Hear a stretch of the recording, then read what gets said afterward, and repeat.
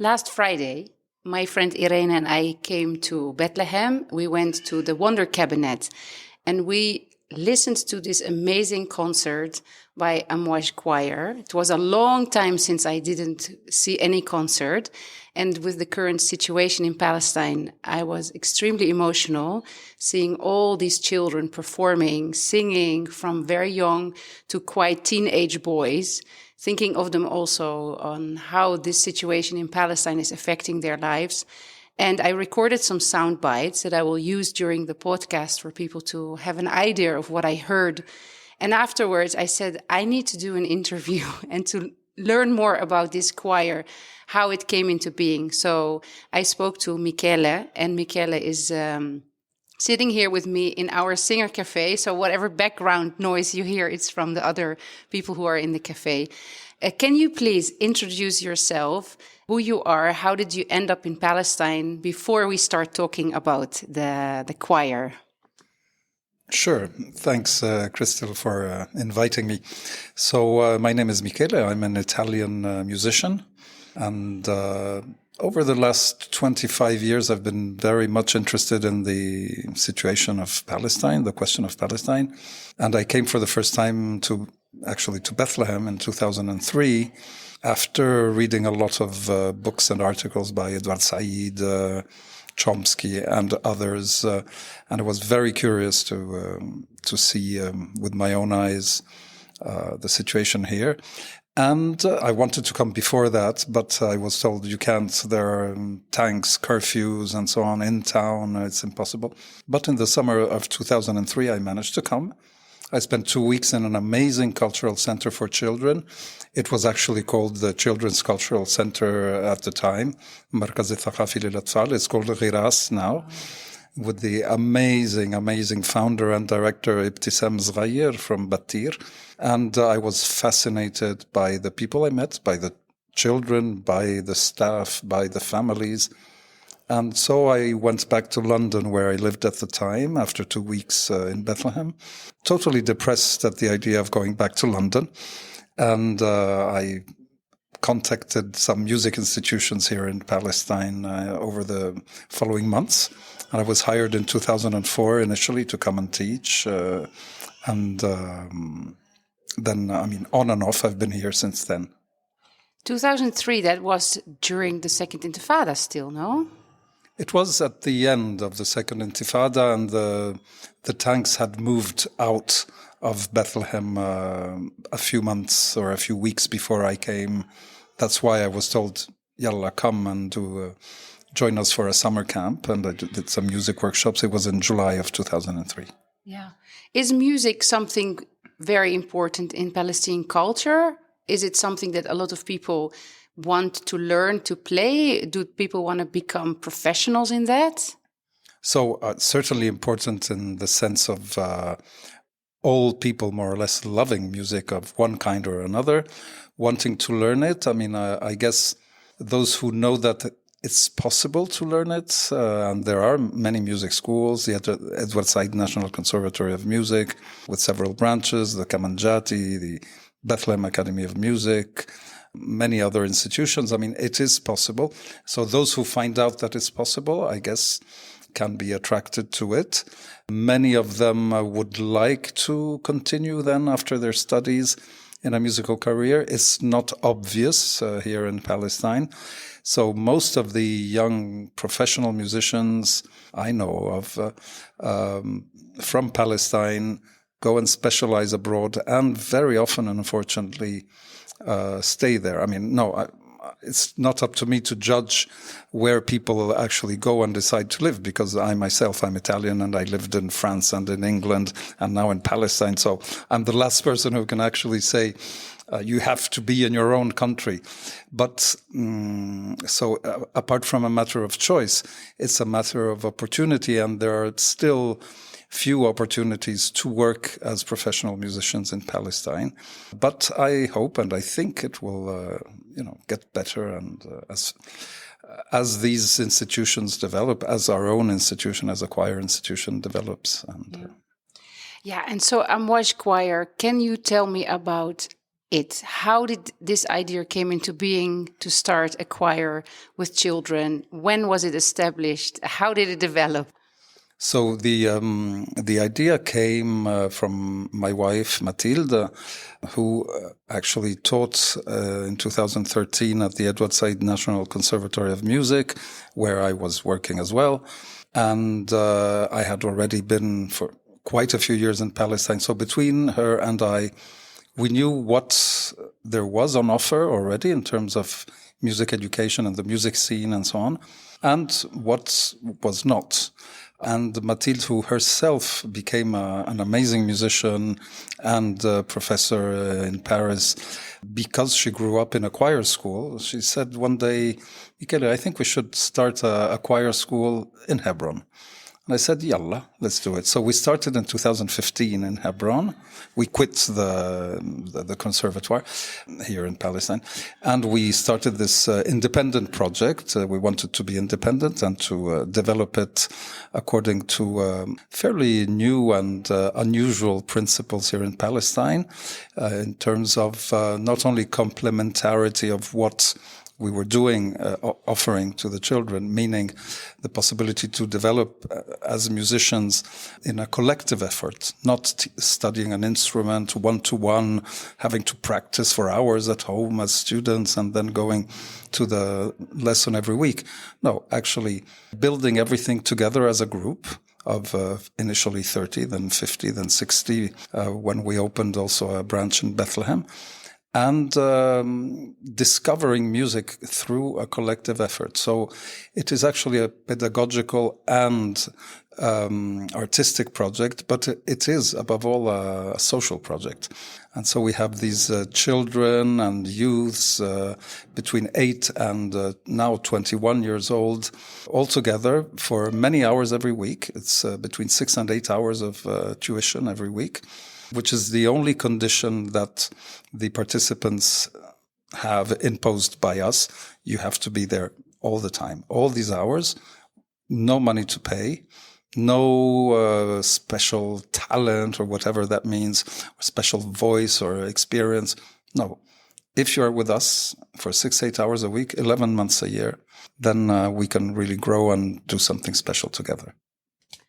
Wow. And you're talking about Hebron. Hebron is not an easy city to live in. So how do you recruit the children? Because it's a pretty conservative society, and then it's also surrounded with Israeli settlements, and also with a lot of soldiers going around on the streets, young boys getting sometimes just arrested or kidnapped.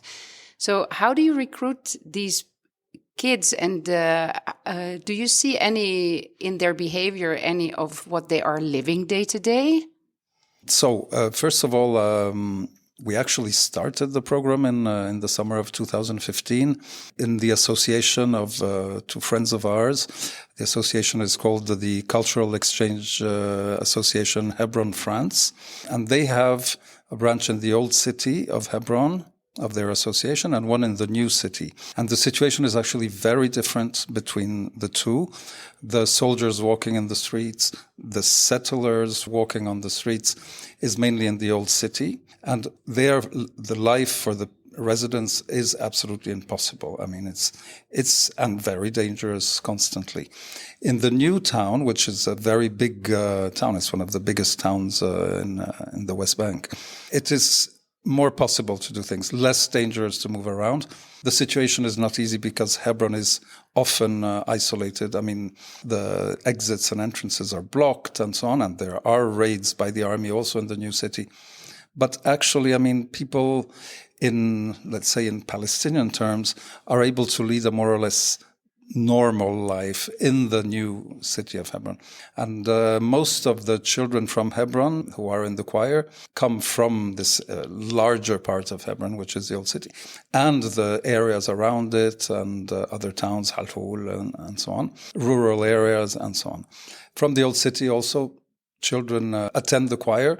So far, everything, I mean, they were able to come to the lessons and so on. But of course, you were asking if we can see the difficulties and so on. I think it can be seen in the eyes and sometimes in the temper, at least in the initial months of joining the choir, children from the old city compared to the ones from the new city.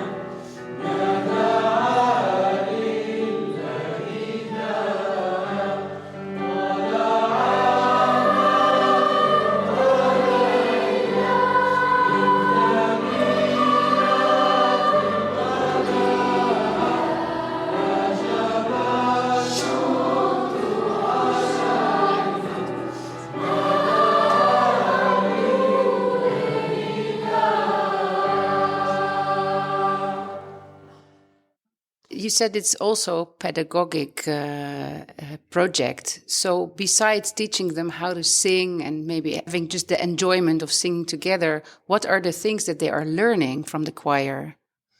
All sorts of things that are directly related to their performance as members of the choir. So all sorts of other activities of performance arts, whether it is dancing, moving, having basics also in other instruments and so on, learning languages, or at least singing in many different languages. The concert you attended, I think they were singing in 7 different languages, but they have sung until now into more or less 30 different languages, if not more. And although they don't necessarily speak those languages, they do understand what they're singing, because we're very careful to make sure that they don't sing something they don't understand. But then I've seen in several cases young singers want to study languages because they discovered them through the choir. And that's, of course, an amazing thing. So there are quite a few things of this kind. But then, of course, there is the social aspect, the matter of listening to each other, respecting each other, growing together, solving problems together. So there's an amazing teamwork, intergenerational teamwork, and intergender. And I mean, it's like a big family. It's like a small society, let's say, a model of society. And of course, there are other subjects that are associated to the singing. I mean, we do very thematic concerts and so on. So in this last almost a year since the carnage in Gaza started, we focused mainly on more significant themes, refugees, of freedom, and things of this kind. Other times it can be the more ecology or related to other things, civics or other subjects that are part of life and that are always interesting to discover and to explore. Do they have a lot of opportunities to perform? Because, here in the Westbank, where can you perform? And are there opportunities also to perform abroad? There are opportunities to perform in the Westbank, and not only in the Westbank, also in the rest of Palestine. I mean, we did a tour in the Galilee in 2019. We went for 10 days to Nazareth and Shfa'am and visited lots of places apart from performing in those towns.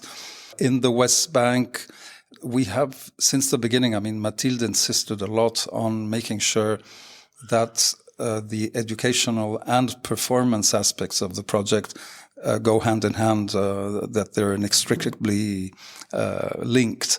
So almost from the first year, we do one performance or one new program every month or two. Right now, I mean, it's one new program every month, and we tour it as much as possible. I mean, in the last 11 months, again, it was very difficult to perform because of this permanent grief for what is going on in Gaza, for what is going on in the West Bank, and so on. So it's in those cases in cases like this, that it's more difficult to perform, and for the society also to accept the performances, because often music is in my opinion, wrongly seen just as light entertainment and so on.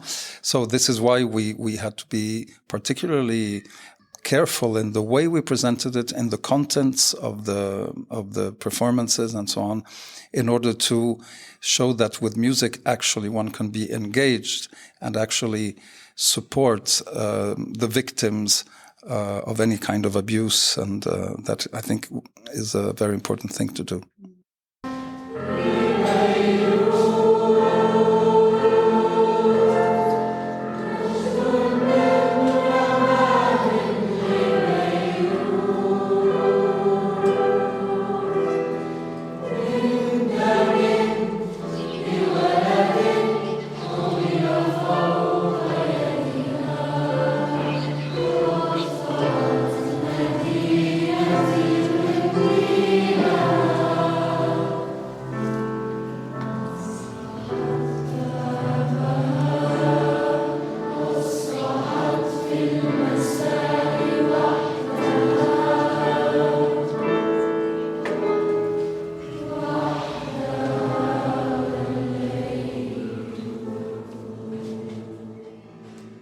And I saw on your website there are some very beautiful YouTube videos of the children going to France and French children coming here. Can you say a bit more about that? Yes, absolutely. Again, from the second year, we insisted a lot on having exchanges with choirs or artists abroad as a cultural exchange. So we, as Amwaj, we went already 5 or 6 times, I think now, to France, we went to Belgium, we went to Italy, to Jordan, of course. And it was amazing that in 2017 we managed to have a children's choir from Lyon in France come to stay with us for 10 days, maybe almost 2 weeks. It was not easy because the perception of Palestine abroad is completely, wrong, and therefore people think they're coming in a dangerous place and so on. It is dangerous for Palestinians. Things are very difficult for Palestinians, but for us foreigners, usually it's a very safe thing, much safer than Paris or New York. And so it took a bit of convincing the families of the French children, and Skype or Zoom meetings, whatever it was at the time, reassure them, and have the backing of the French consulate also in Jerusalem, which was partly successful and partly not, because it was okay to come to Bethlehem, but the French consulate considers Hebron, even the new town and everything, as not advisable and actually forbidden to its citizens. And so we had the first time the choir from France came, they stayed in Bethlehem and in families of our Bethlehem children. Then other times, the older students who came the following year, they said, we don't care, and they went to Hebron. We performed in Hebron together and so on. They did it anyway. Yeah. What do you see with the French children when they come here and they see the reality of life for the Palestinian children who are probably their peers in age? Does that affect them in any way? I think they're probably surprised, as I was the first time I came to Palestine, in seeing the difficulties and abuse that are part of daily life for Palestinians, but how the Palestinians themselves are amazingly open, positively spirited, sense of humor. I mean, so there's a bit this feeling that is what actually made me want to stay in Palestine or come back to Palestine to live. And I think this can immediately be perceived by whoever comes. And the children, yes, it's the same thing for them. Yeah. The last concert, the one that I attended, the theme was freedom. And you told us a little story at the beginning on the opening of the event. Can you repeat that story on the word freedom? Yes, of course. Actually, we titled the last performance "Freedom Above All," And yes, of course, freedom was the key word. The anecdote I told the audience before the concert was a shortened version of what I will tell you now. Back in 2013, when I was working at the Edward Said Conservatory of Music, I was contacted by some people from Harvard Radcliffe University, saying, we're touring with our student orchestra in a few months' time. We're going to Israel to do some concerts invited by a festival there. And we were wondering if we could perform also with the Palestinian musicians in Bethlehem and so on.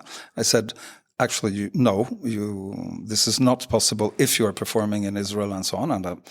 And I said, but we'd be delighted to host you in a hall in Beit Sahur for a meeting to meet some Palestinian musicians so that they can explain and we can explain why we cannot perform together.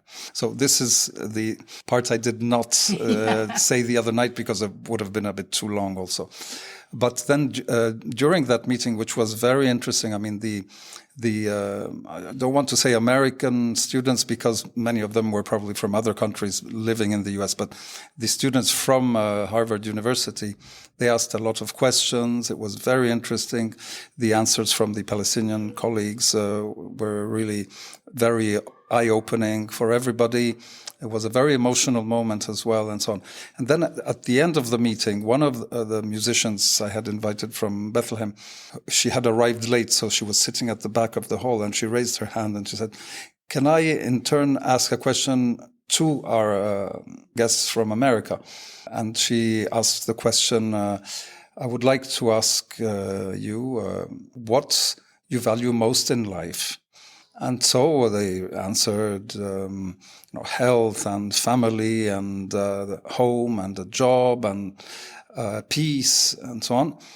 And at the end, this musician from Bethlehem who had asked the question said, the reason I was asking is that one word is actually missing from all your answers, maybe because you take that for granted, but it is freedom. And it is what we as Palestinians would say as first word. I was emotional when you told me then, and I am again now, because it struck me a lot that we have to come here as foreigners to understand that we are blessed with our freedoms abroad, and that many times our wealth and our freedom was actually begotten through colonialism and imperialism, and that we do have a responsibility also. We don't always realize our white privilege and our, and how important freedom is.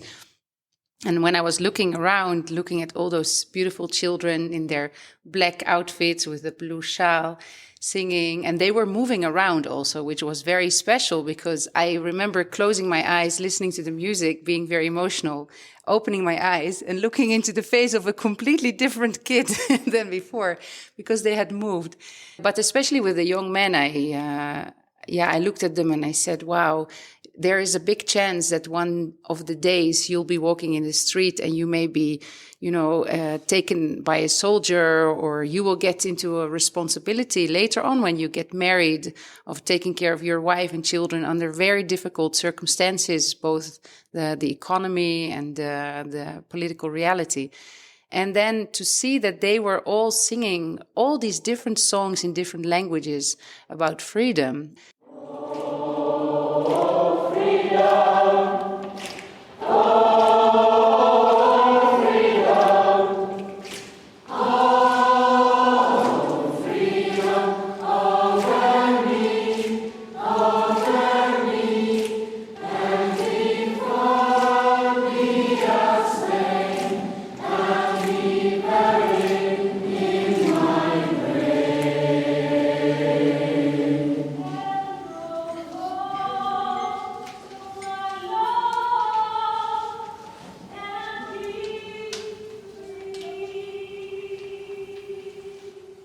These kids just want freedom. They just want to live in freedom and peace, just like anybody else.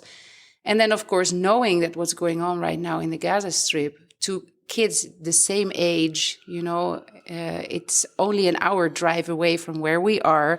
and to know that these things are happening to kids with the same background, the same identity. So for me, it was a beautiful experience, not just because of the music, but also for all the realization there that you are giving them that opportunity.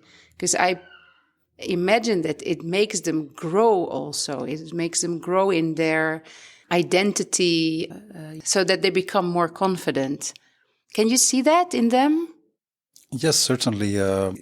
The amount of time they spend together and the amount of performances they do and the different repertoires they sing and the different places they see because they sing and they go to and the people they meet and so on, that gives them, I think, a lot of confidence, a lot of pride. Of course, they have total awareness of the world they live in, the situation they live in, the difficulties and so on. But I think they have this amazing strength that comes from being together and doing something that means something and seeing that they're among the few people around them who actually do this.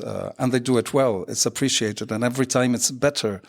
And so they understand also how important it is to follow a certain path and so on. And one interesting thing and very important thing, which we had in mind from the very beginning, but only now could start developing 2 years ago, is that we started, Mathilde started a training of trainers program for the older students in the choir, but also open to people who are not in the choir, who wish to gain the professional qualifications or capacities, skills, in order to conduct themselves, in order to train a choir themselves, not necessarily within Amwaj. They can, so there are openings towards it's new openings, new options that are open to them for life.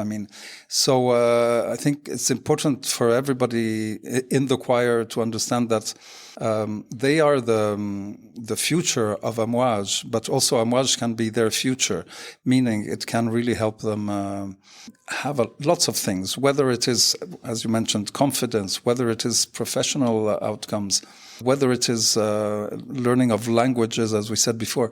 It's I think it's well understood by the children and youths, by their families, and more I think there is respect and understanding of the fact that music can be a personal choice of life, even in Palestine, even in Hebron, even in Bethlehem. And I think that's very important, and everybody feels that. What is the meaning of Amwaj? Amwaj means waves in Arabic. Not only when we chose this name, we liked the sound of it. It's a very soft Amwaj. It's a soft word, but also waves can communicate all sorts of different images of propagation, of building up together, of chaos, but within a rhythm within chaos, of course, sound waves Yeah, it's a beautiful name, and we hope to hear it a lot more in the coming years. Do you have anything special coming up, any projects, or is it a continuation of what you're doing right now? So right now we are at the end of the first decade. When we're in the 9th year of Amwaj, and we started with the idea of doing something on the medium and long term, and we realize now after 9 years that it has been successful in the way it actually happened. So the main project now is to transform it from an independent program, not registered in any association or anything, to something which actually has a legal status and position in Palestine. So we're registering now an association, the Amwaj Choir Association. It's a group of young musicians and other people involved in culture from the whole of the Westbank and from Jerusalem, who are the founding members. And the idea is to give sustainability to the program for not just for the second decade, but for the rest of time, as much as things allow. Sustainability, and by that I don't mean only financial sustainability, but educational sustainability, which means developing the trainers' training program in partnership with many institutions, choirs and conservatoires around the world and in Palestine and so on, so as to have the new generations of teachers, conductors, musicians coming out from this project, and having always the assistance and the support of institutions around us, whether in Palestine or abroad. This is the most important thing. Then financially, I mean, we're looking into possibilities of things that might generate an income for Amwaj, because as a totally social project where the students don't pay anything and so on, we need to find ways, funding. When Mathilde and I won't be around, we won't be able to contribute much in these terms as well. So we're exploring that kind of thing. So the main project is making Amwaj sustainable in all these different ways. But then, of course, in terms of productions, yes, we will continue doing one performance every month. Here in Palestine, we'll try to organize a tour in Italy for next summer, one in France and Belgium for the following year, and never stop. If anybody is listening to this podcast episode and thinks, oh, I'm really inspired by this project, I would like to somehow contribute either financially or maybe voluntarily, are there opportunities there? Yes, definitely. I mean, without giving details now, but I mean, we're, of course, very happy to be in contact with any person who wishes to support in any way they want. And so, yes, they should contact me or Facebook on Amwaj. Yes, I'll leave some links in the show notes of this podcast episode so people can scroll down and find how to contact you. I want to thank you very much. It's really inspiring what you're doing. And give a big hug to all the children next time you see them, and tell them that there was a woman from Holland who really was so much touched by the last show. That's fantastic. Thank you, Christelle. I will do.